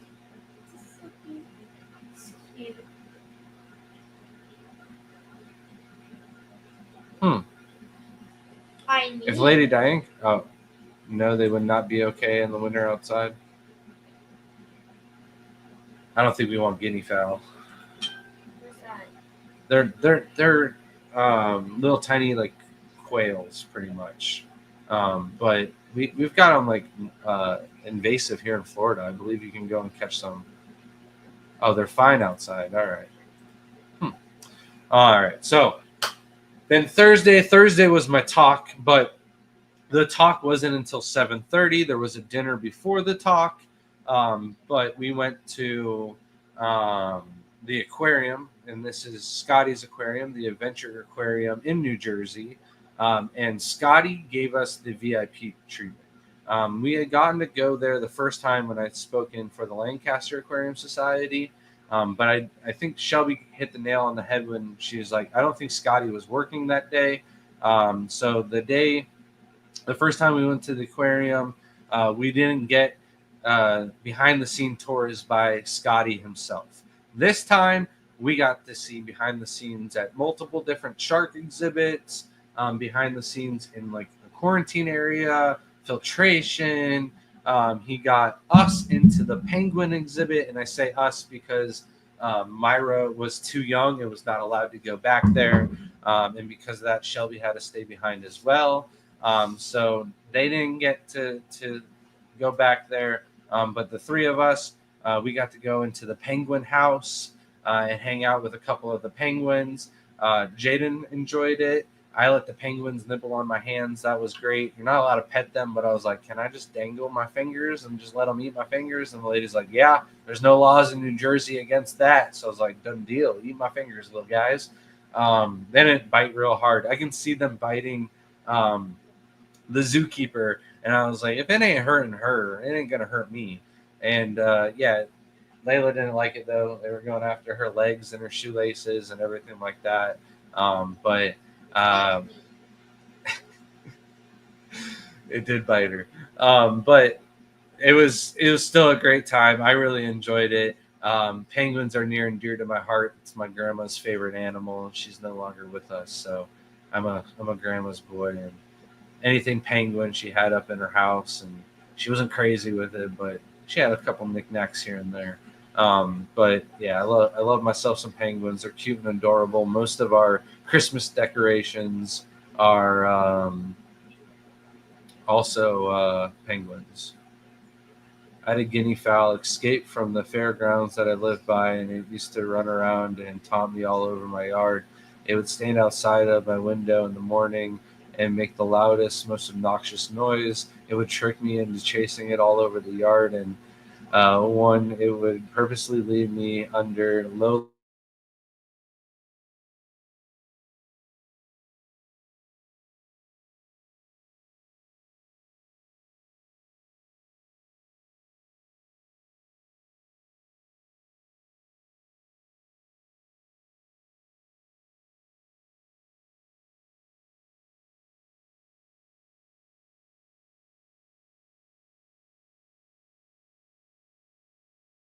lying branches. All right. There you All right, we're back. The slippiest part of the yard, I would slip on muddy grass and bust my butt every time, and then it would laugh at me. Shelby had a rabbit. Your mom had a rabbit, and this rabbit we called Houdini. And every single time I would fix the cage, and I would think it would be rabbit proof, it would find a way out. And it would be in the backyard, and it would go underneath the shed. And it would be the hardest thing for us to catch. It would be impossible. And not impossible. For hours, we would try to catch this bunny. Eventually, we got it. And one day it got out, and then we never even saw it again. So it got smart. It was like, if I just go far enough, this guy will stop catching me. I can't believe it got out. The final rendition of that cage was, I don't know how that money got out. All right, so thank you everybody for staying in.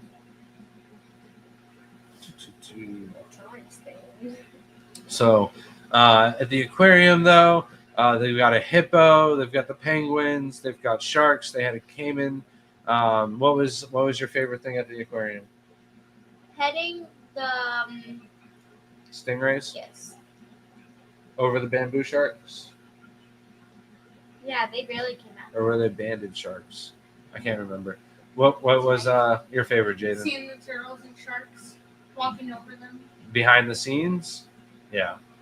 The aquarium also has this shark bridge where you get to walk over a shark exhibit, and there's sharks swimming.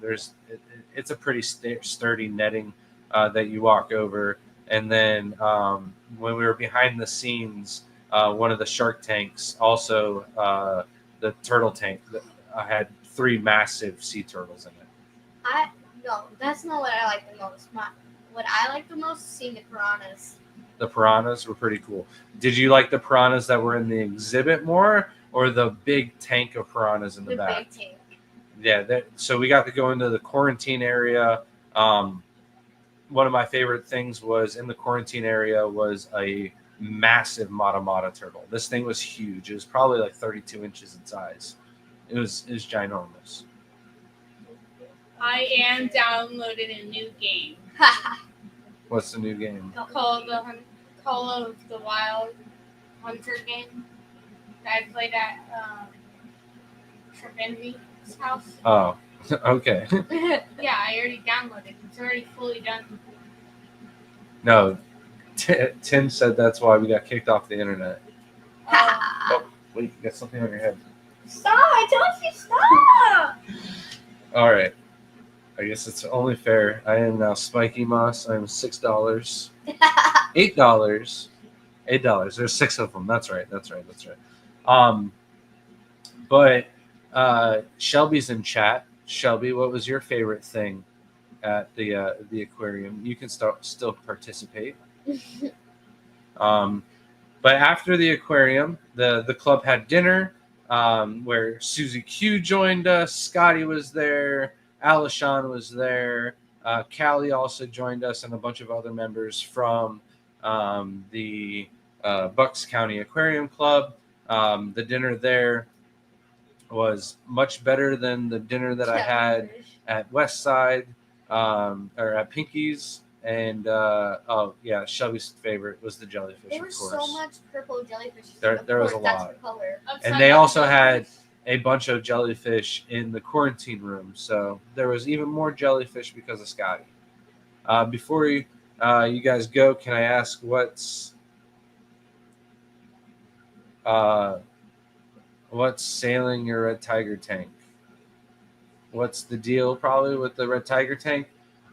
So one of our red tiger tanks just stopped producing babies, and then the other one that is producing babies, we kind of oversold during like our Black Friday sale or whenever the last sale that we had for them.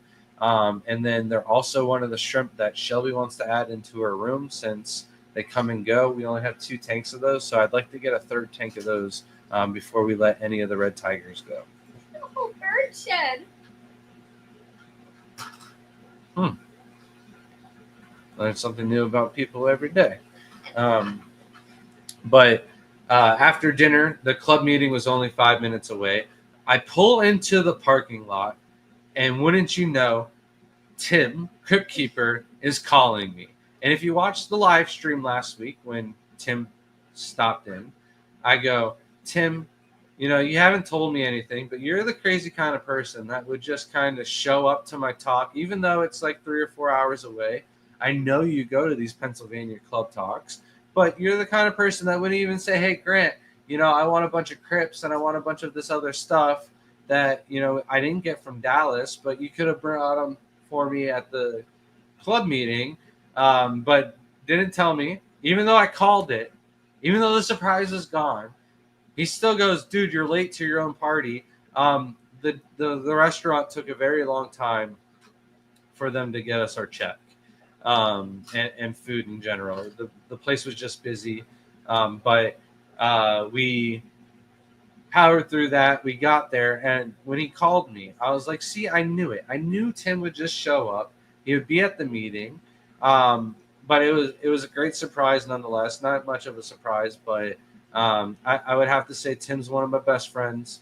I don't get to see him lots considering he lives in New York and we live in Florida, but he does come to one of these Aquashella shows every now and then when he can make his flight and it doesn't get canceled, delayed, or require a state federal ID.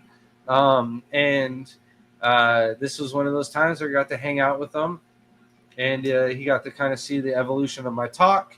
On top of that, Gavin and Sheila were there. Sabu showed up in the middle of the talk and kind of threw me all off balance. Lisa from Super Cichlids. There were so many people. I hope I'm not forgetting anybody. Of course, Jesse, Alishon, Scotty, the local people were there like they always are. But it was great having your friends from all over come by and check you out. And even though it's a talk they've already heard, like Layla mentioned, Sabu drove an hour and a half to come see it, and other people took off early from work and stuff like that to come see my talk. So the club turnout was great. Like I mentioned, the pre-sales and everything like that was fantastic. So it really makes going to a club, it's really exciting because you're amongst other shrimp keepers and not just a bunch of people that keep maybe cichlids, plecos, and cories, and you're like trying to convince them that they want to keep shrimp as well. But we definitely had a blast speaking for the club, hanging out with everybody.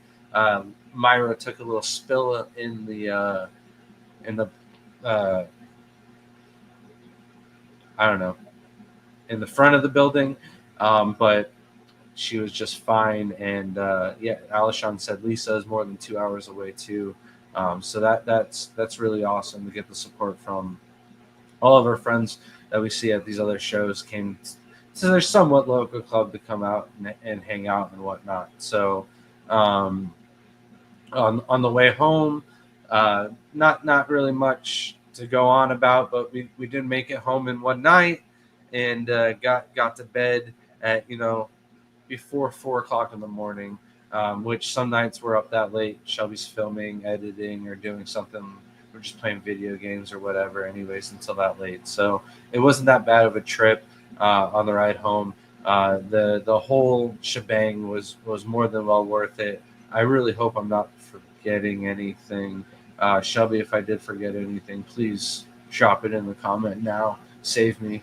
But no, it was a great trip. The VIP aquarium experience, getting to see Jesse's, the Bloomfields, and Dan the Turtle Man's place was a blast. It was a lot of fun.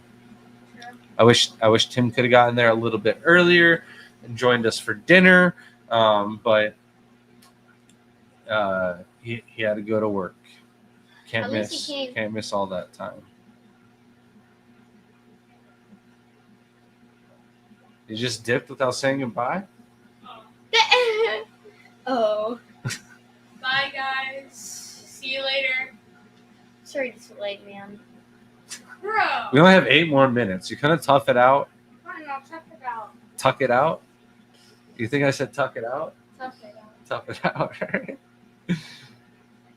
Just got ketchup in chat. Oh, wait. That wasn't it.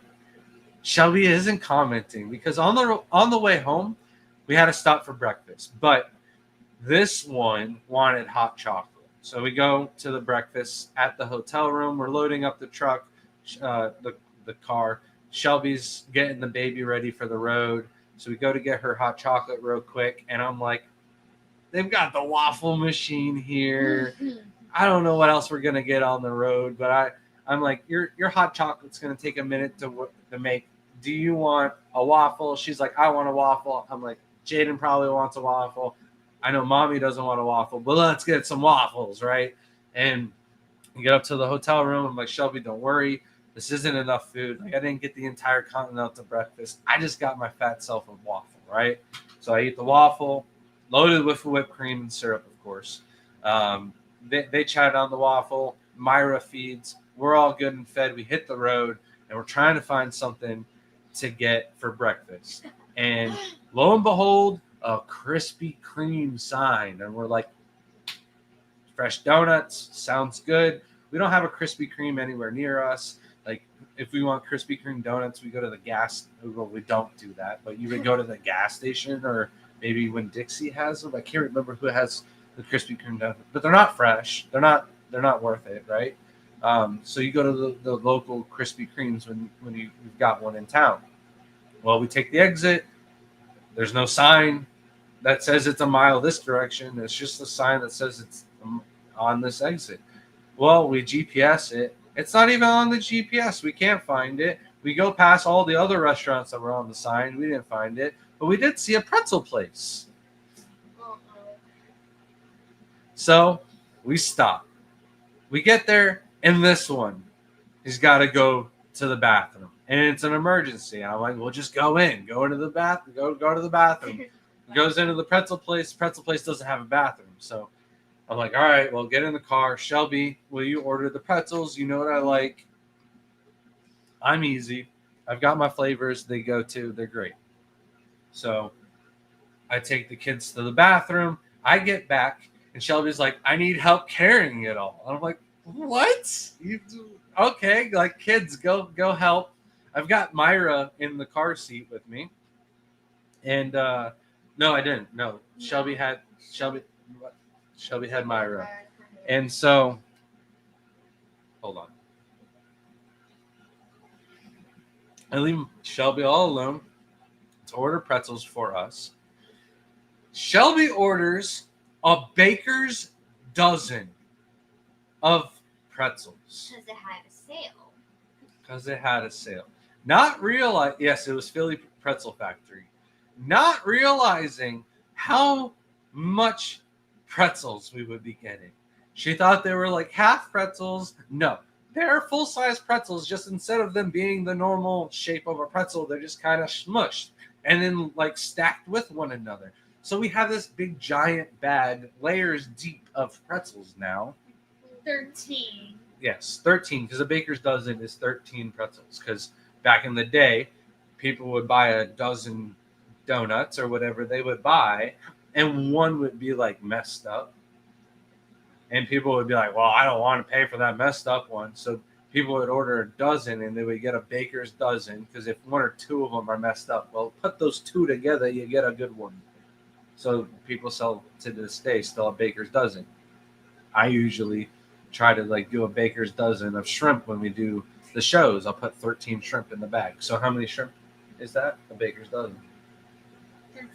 13. There you go.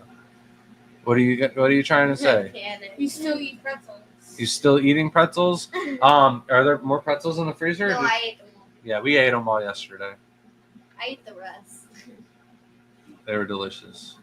I probably would have actually had you go heat them up. Like, I'm so hungry talking about pretzels now. We love pretzels, by the way. So normally, like, a baker's dozen of pretzels would have been great. You know, we would take it home, and we did that. We took them home, we froze them, we reheated them the next day anyways. But just on the ride home, I had to sit with like 8 pretzels between my legs for 15 hours. Weren't you driving though? Sometimes I was driving and I didn't have to deal with the pretzels. Pretzels. 9. 9? No pretzels? 9 You pretzels German now? It was just a few pretzels. I don't think so. So yeah, anytime Shelby was hungry, I was like, well, there's pretzels, you know? Like, I can't remember what joke I made, but I was like, well, there's pretzels. And Shelby... Mind you, she ate none of them. Well, We said once we you were ate some. hungry, and Dad said we have pretzels. Then later we went to a store to get food. Oh, that's right. You said, And she's "Order like, what me do you pretzels." want? And I was like, a pretzel. And she was like, are you serious? And I was like, no. I don't want another pretzel. But then, like, one of these kids had to go to the bathroom, and I was like, make sure your mom gets me a pretzel. And they're like, what? And I was like, yeah, make sure your mom gets you a pretzel. And she's like, he's like, okay. Try to mess with them as much as I can. See, they weren't the best pretzels ever. Because I want to ask you a question. Have you ever had the Annie Ann's pretzels? Because when I get Annie Ann's pretzels, they're at least hot. And my Philly pretzel, we got them fresh. They weren't hot. They weren't warm. Florida State Fair's pretzels. And those are way beyond. I wasn't even going to go there. But, like, the pretzels from the mall were better than Philly's best. Maybe you got to go there at the right time. But, like, I would have thought those pretzels would have been hot, soft, and, like, I don't know. The sauce was all right, but the cheese sauce wasn't that good, honestly. The mustard was better. Yeah, the pretzels at the mall had more flavors. More flavors. Like, how do you have a pretzel factory and you only make basic pretzels? And I guess hot dog pretzels, but who wants a hot dog in front of you. for breakfast?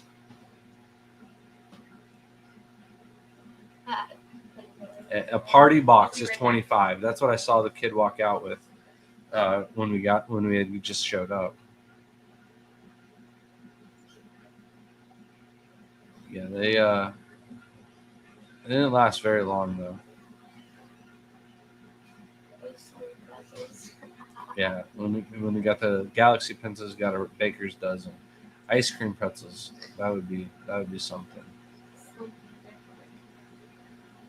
No, what did Mom say? Just talking to Crip. Oh. So the only other thing that I got to talk about is the show in San Antonio next week. We will be driving home on Sunday, which is Father's Day, and Shelby's like, "What do you want to do?" And I always do something work related, so Father's Day driving home from Texas, that's right on par with what we usually do or whatever. But Shelby usually does something nice for me. She cooks something or whatever. She made these lemon like custard things. I don't know exactly what they're called. Shelby will put the exact name of them in the comments for you guys. But like it's like heavy cream with lemon zest, and you put it back into the lemons, and they were phenomenal. Maybe the best dessert I've ever had. We ate something very similar when we went to Gordon Ramsay's restaurant in Vegas.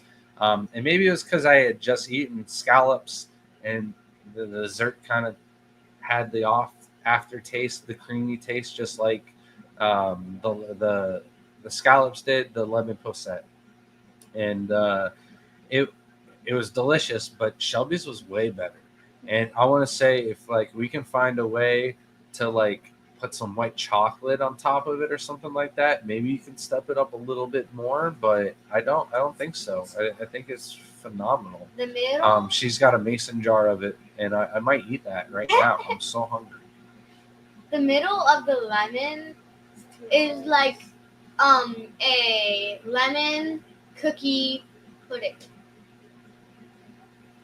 It's like a Frozen pudding. It's very similar, but it was delicious. It was really good. And then a little sour, but I like sour things, so maybe I'm just biased. But yeah, I had a great little pre warm up for Father's Day. And then on Father's Day, I guess we just go to wherever I want to go for food, and it'll probably be Duke's. Even if we have Duke's on Wednesday on the way to Dallas, I'm probably going to have it again on the way home. Or maybe we try one of these other places. I don't know if Stephen P. and Jenna P. are in here. I don't think I saw them at all. Are we going to see them? We will see them on Wednesday. We usually go to Duke's. However, my buddy Adam recommended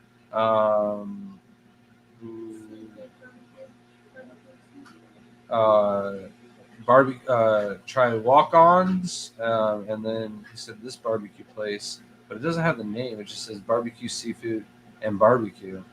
That's crazy. They've got. Oh wait, hold on. It's BRQ. Okay, that makes sense now. So that one. It's not barbecue. It's BRQ. What are you saying? So that one. All right. And hey, Grant, can you explain the type of shrimp the green bobolti is? It's a bobolti shrimp. When I first got into the hobby, and I do have some green boboltis. When I first got into the hobby, there's two different types of green of boboltis. There's the green, and then there's the zebras. And I guess you can break the zebras down into like the orange eyes and the normal eyes or whatever that they have too. However, the boboltis were like played off to be another super easy shrimp, like Neocaridina, only better because you can breed them in Caridina parameters and Neocaridina parameters, and they're so easy, everyone should be able to do it. However, I've tried many times, many other breeders have tried many times. You know how many people have tried, and not a single person has had a successful breeding colony of bobolti that's been like able to produce any amount of numbers for anybody in the United States. I believe the bulk amount of bobolti that are sold anywhere in the world are all wild caught, and that there isn't a farm producing them or anything like that. We've had a tank going maybe, I think before COVID, so like 5 years now, and they only ever produce enough babies to keep the line going. I don't know if the baby survival rate is just really low. No matter what parameters I've tried, high and low pH, or if their lifespan is just really short compared to other shrimp, but they're not easy to breed in my opinion. But they're cool to look at. And the color change. They're called the chameleon shrimp. One day they're orange, one day they're green. Next day they're brown. They could be clear. Yeah, they're they're on top of our refrigerator. That's it. I said, I answered. That's when I talked about having them for 5 years. Oh. Gotcha. You gotta listen to me and follow chat. It's hard. Your mom can't do it. I can. It's a one task job. It's one or the other. That's why I talk and your mom reads chat. It's a wonderful duo. And that wasn't a hit on your mom. I can't do it. I fail. I cannot read and listen to you at all. But I think that's going to be it, guys. Shelby's got some other great live stream topics lined up. I'm proud of this one, though. I came up with it. We asked AI to come up with a bunch of live stream topics, and then I was like, wait, stop the press. I've got one. So the top 10 shrimp killers, I came up with it. But you could come up with a live stream idea and get a $10 coupon code to tgoeshrimp.com. Just drop that down in the comments. Pretzels at the Amish farmers markets are good too. Yeah, pretzels are highly German, and most Amish are of German descent. So how's it going, Keith? Haven't seen your name. Welcome. And yeah, no problem. I don't think I have seen. Yeah, I don't think I saw them tonight. You know, we watched their stream earlier, and they were talking about shrimp with Dee Dee. I don't see Dee Dee on here either, or Kelly. I'll let them know on Wednesday. Yeah, appreciate you guys. Thank you, everybody. We will see you guys next Monday. Maybe it'll be just a general discussion and update on our Lone Star show in San Antonio, Texas. Hopefully, everybody can join us there. We'll see you then. Later, guys. Bye.